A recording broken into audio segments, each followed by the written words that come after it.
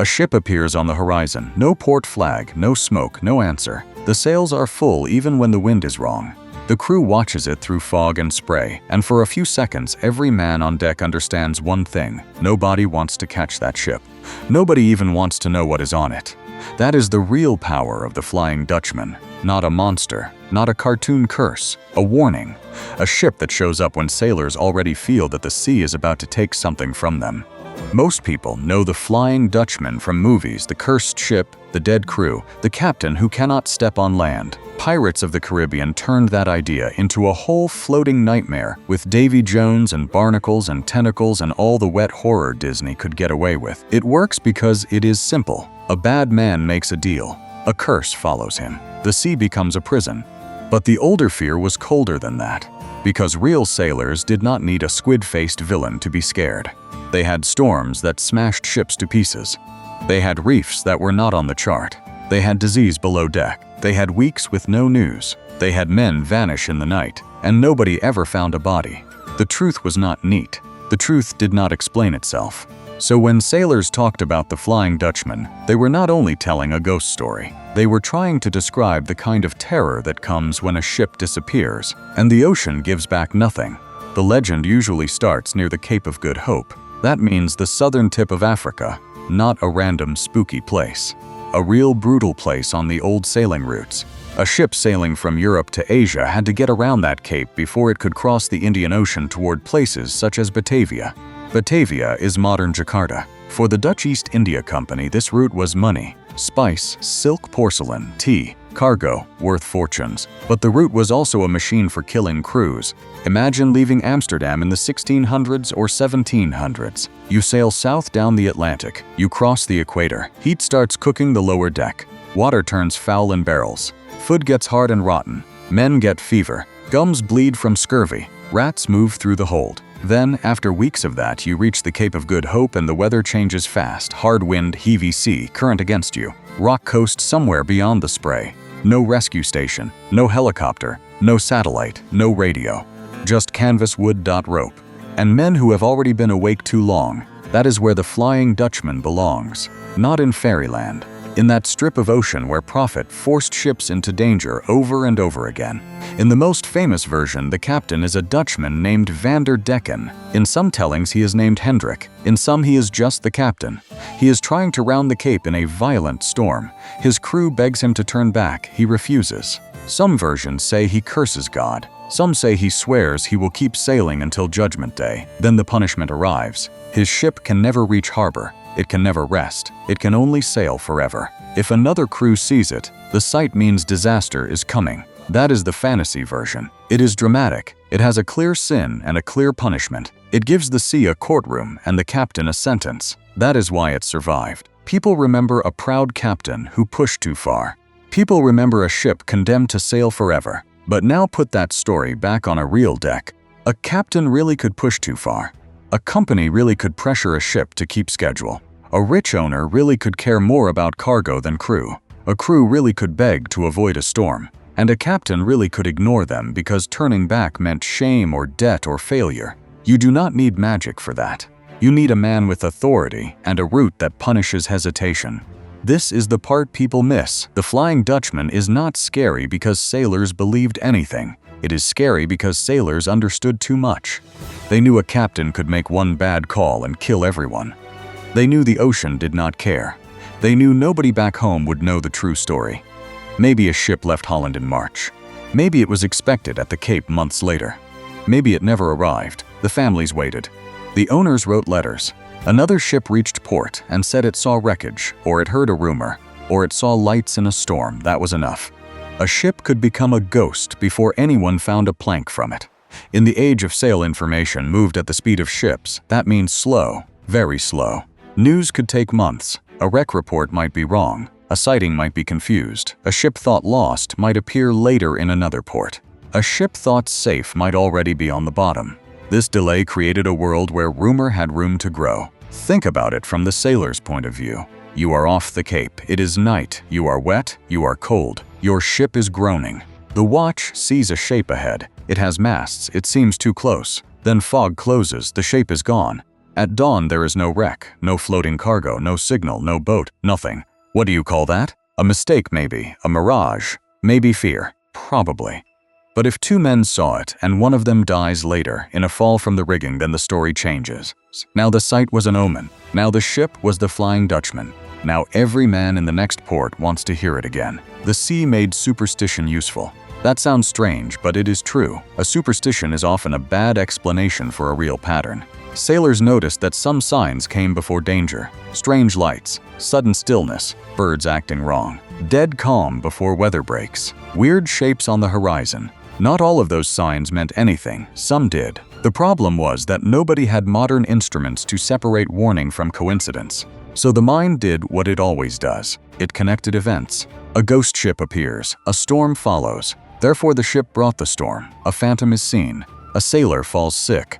Therefore the phantom marked him. A red glow shows in the fog. A reef takes a vessel 2 days later. Therefore the Flying Dutchman warned them. Modern people laugh at that until the Wi-Fi goes out and the plane hits turbulence. Then everybody starts watching the flight attendants' faces. Same brain, better clothes. One of the strongest real explanations is a mirage called a Fata Morgana. This can happen over water when layers of cold air and warm air bend light near the horizon. A ship that is far away can appear lifted above the sea. It can stretch, it can stack, it can look upside down, it can seem to float where no ship should be. Sometimes the real vessel is beyond the normal horizon and all you see is the distorted image. That is not boring, that is terrifying. Because picture a lookout in the 1800s with no science lesson and no weather satellite. He sees a ship hanging above the water. He calls the deck. More men see it. The shape shifts, the masts bend. The hull rises and breaks into pieces of light. Then it fades. What would that look like to them? It would look cursed. And if the weather is already bad, if the ship is near the Cape, if everybody has heard stories since childhood, the brain does not say optical refraction. The brain says we are in trouble. Bad visibility did the rest. Fog is not just scenery. Fog changes distance. It removes the horizon. It makes sound travel strangely. A bell can seem close when it is far. A sail can appear huge, then vanish. A lantern can look red through wet air. A normal vessel can become a warning sign because nobody can confirm what it is, and sailors lived inside that uncertainty every day. The Flying Dutchman also grew from abandoned ships. Real ones, not movie props. A vessel could keep drifting after the crew left. A storm could damage rigging and drive men into boats. A fire could force evacuation. A collision could leave a ship half alive. Disease could destroy the crew faster than anyone expected. Then another crew might find the vessel days or weeks later, with food still aboard, and no living soul on deck. That is where the ghost ship becomes real. The Mary Celeste is the most famous example. On December 4, 1872, the Brigantine Dei Gratia found Mary Celeste in the Atlantic near the Azores. The ship was not sunk. It was not burned. It still had supplies. Its cargo was still there.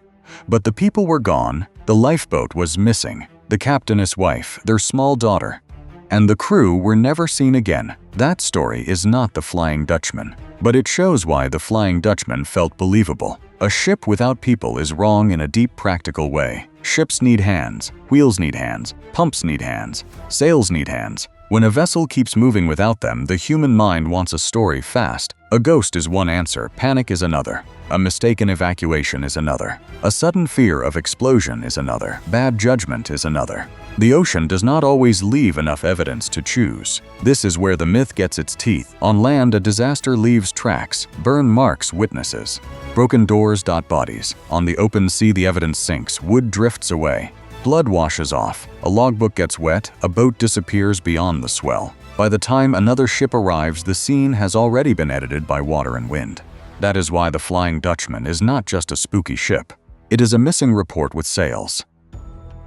Disease made it worse. Ships were crowded. Ventilation was poor. Water was dirty. Food was limited. Fever could move through a crew before anyone understood what caused it. Ports had quarantine rules because ships carried danger with them. A yellow quarantine flag could keep a vessel waiting outside the harbor until inspection. To people onshore, that ship was not just cargo. It was sickness. It was death waiting at anchor.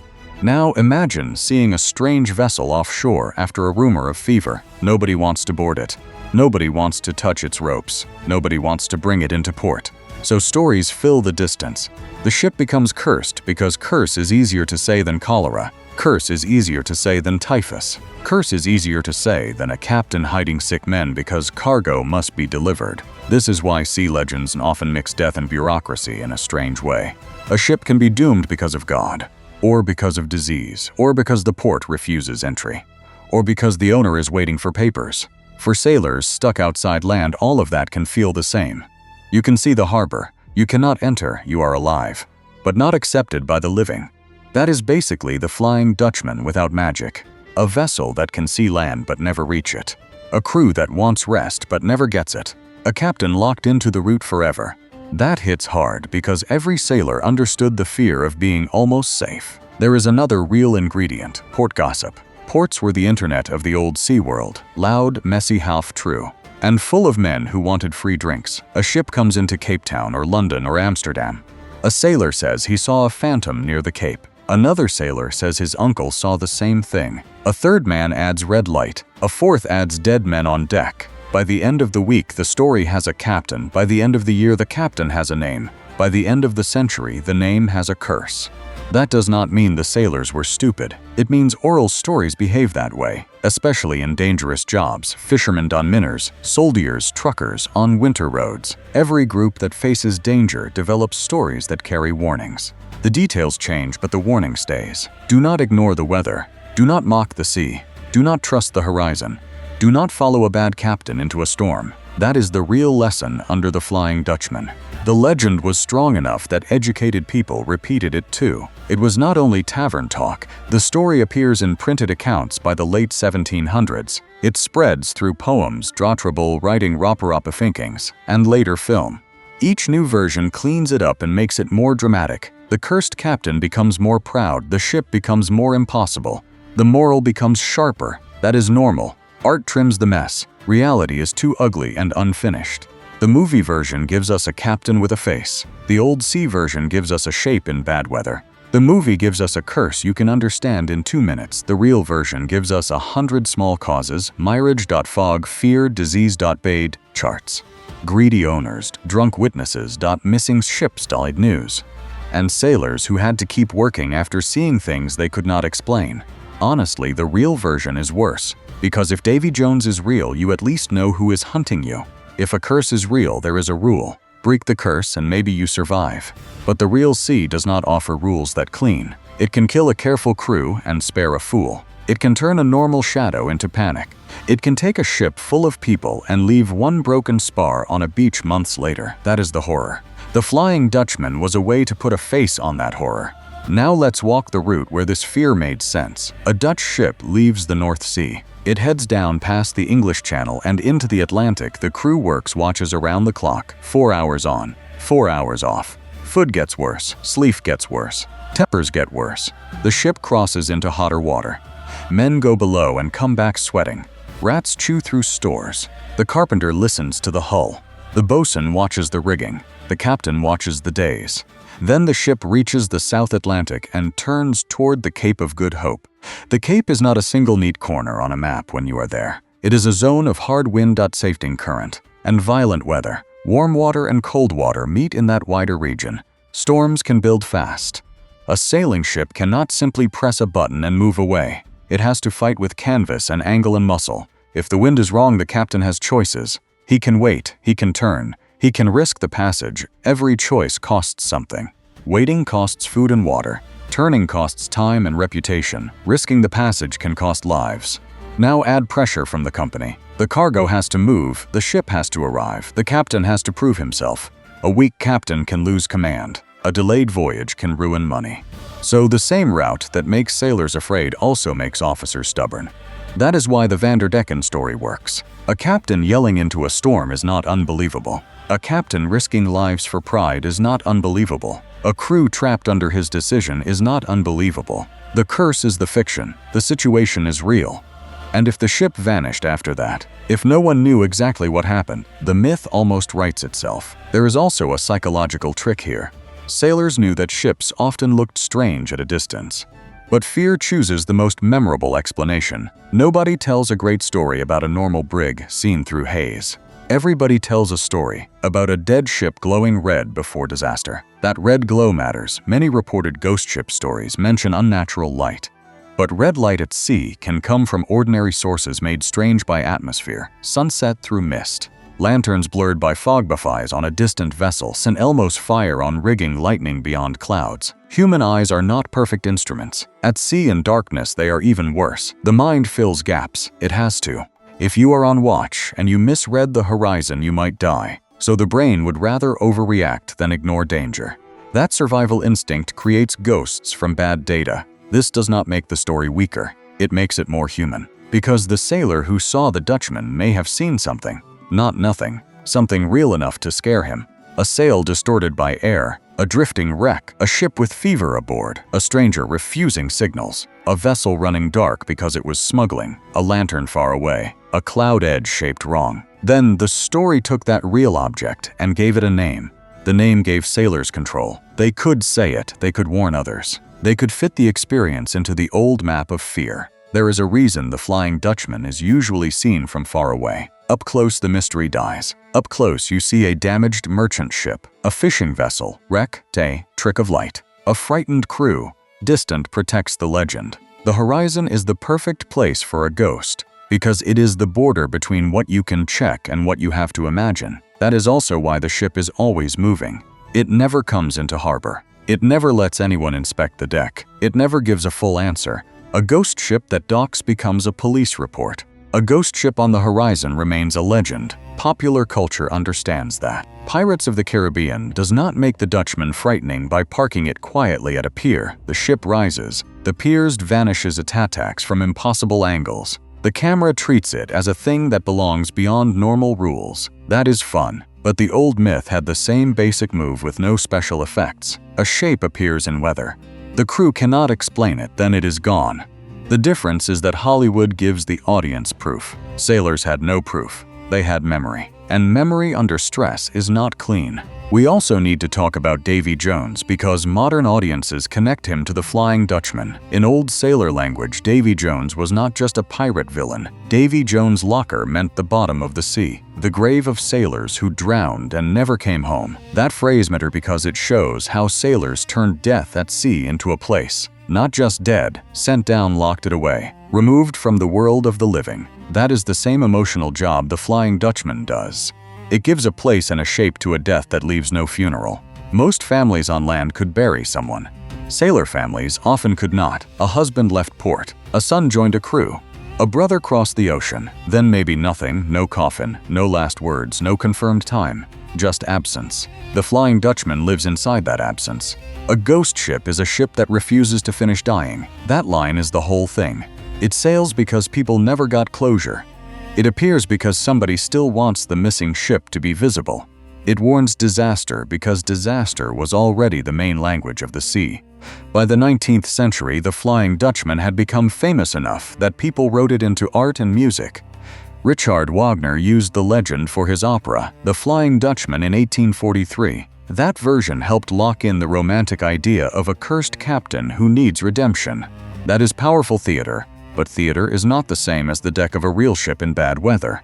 On the deck, the story was not romantic. It was practical fear. If the lookout saw something wrong, the officer had to decide fast. Chance course or hold. Wake the captain or wait, signal or stay dark. In poor visibility, a bad choice could mean collision. In storm conditions, it could mean losing sails. Near land, it could mean wrecking. A strange ship was not just spooky. It was a navigation problem. This is why the legend could spread among serious mariners.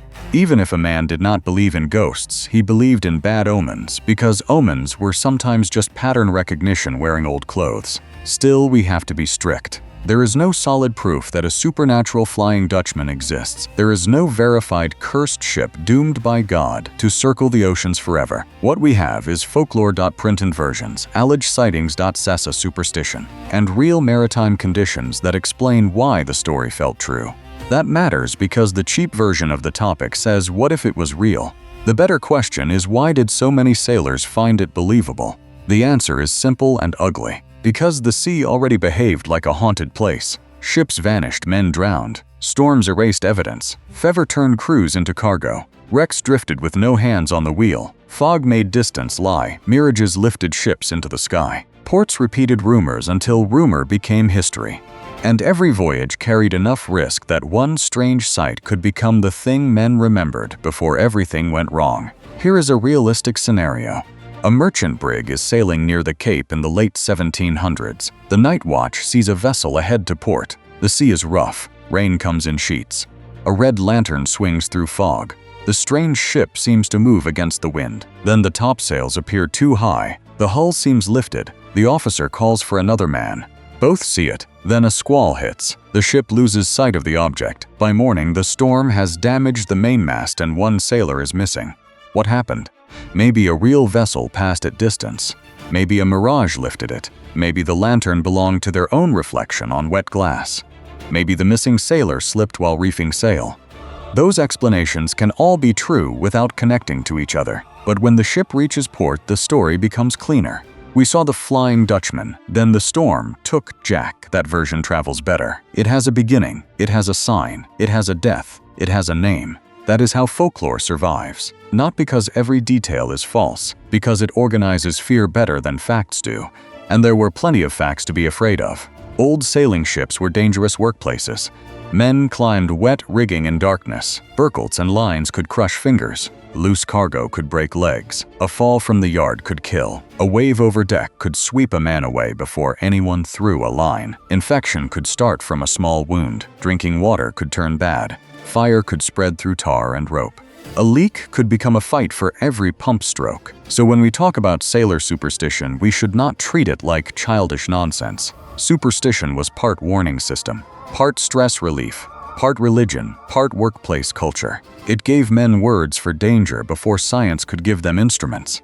The Flying Dutchman was one of the biggest words. It said the sea keeps what it takes. It said some captains push too far. It said some ships never really come home.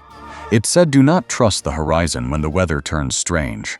It said if you see a vessel where no vessel should be, then pay attention. That is a good warning, even if the ghost is not real. There is another uncomfortable angle. Sometimes ghost stories protect reputations.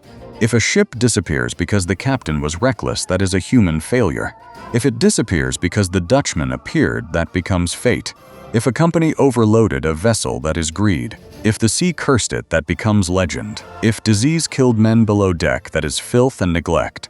If a ghost ship brought doom, that is easier to repeat in a tavern. Myths can hide blame. That does not mean every sailor used the story that way. But legends often soften hard truths. They turn preventable disasters into mysteries. They make bad decisions feel ancient and unavoidable. A curse is easier to live with than knowing a man died because somebody refused to turn back. So when a movie gives us a cursed captain, it is not completely wrong. It just moves the guilt into fantasy. The real cursed captain was the officer who kept canvas up too long, the owner who pushed for speed, the system that treated sailors as replaceable, the route that demanded men gamble with weather for profit. That is the real Dutchman, not glowing green wood, not a crew of fish monsters. A machine of trade and pride and fear moving through water that killed without explaining itself. Still, the legend needs beauty too, that is why it lasted. A phantom ship at the horizon is a perfect image. It is simple. Anyone can picture it. A dark hull, pale sails, tanno sound, tanno wake, then gone. You do not need to be a sailor to understand why that feels wrong. And once a story has that image, it can cross oceans. Dutch sailors tell it. English sailors repeat it. German writers reshape it. American audiences see it on screen. Kids hear the name in cartoons. Gamers fight ghost ships. Theme parks sell the curse. The Flying Dutchman becomes less a single legend and more a symbol that every culture can use. But the oldest fear remains the same. A ship should arrive. When it does not, the mind keeps sailing it somewhere. That is why the Flying Dutchman is not dead folklore. It still works in the modern world. We still react to missing ships and lost planes the same way. When something disappears in open water, people want a story immediately. A storm, fire. Pirates, Sanskrit's cargo. Military, cover-up. Islands, anything. The unknown is harder to carry than almost any answer. Look at how people talk about real mysteries. The Mary Celeste, lost submarines. Aircraft missing over ocean, abandoned vessels found adrift. The facts are often incomplete. The public fills gaps. The internet does what port taverns used to do. Same behavior, faster delivery. That is why the Flying Dutchman feels modern even though it belongs to the age of sail. The tools changed, the fear did not. Now imagine the final moment from the deck. The watch bell has just sounded. The crew is tired. The ship is working south of the Cape. The wind has been wrong for 2 days. The captain refuses to turn. The sky is low, the sea is confused. A man near the bow points ahead. There is a vessel where there should be empty water. Its sails show pale through rain. It seems to cross the bow without sound. Someone calls out. No answer comes back. A second later, the shape is gone behind spray. Every rational explanation is still possible. But nobody on that deck feels rational. The captain says keep course. The older sailors say nothing. They have heard the story. They know what it means. Maybe the phantom did not cause the storm. Maybe it did not kill anyone. Maybe it was only air and light and fear. But from that moment on, every cracked rope and every hard gust feels connected to it. That is enough. A legend does not need to be true to change what people do. It only needs to enter the mind at the wrong time.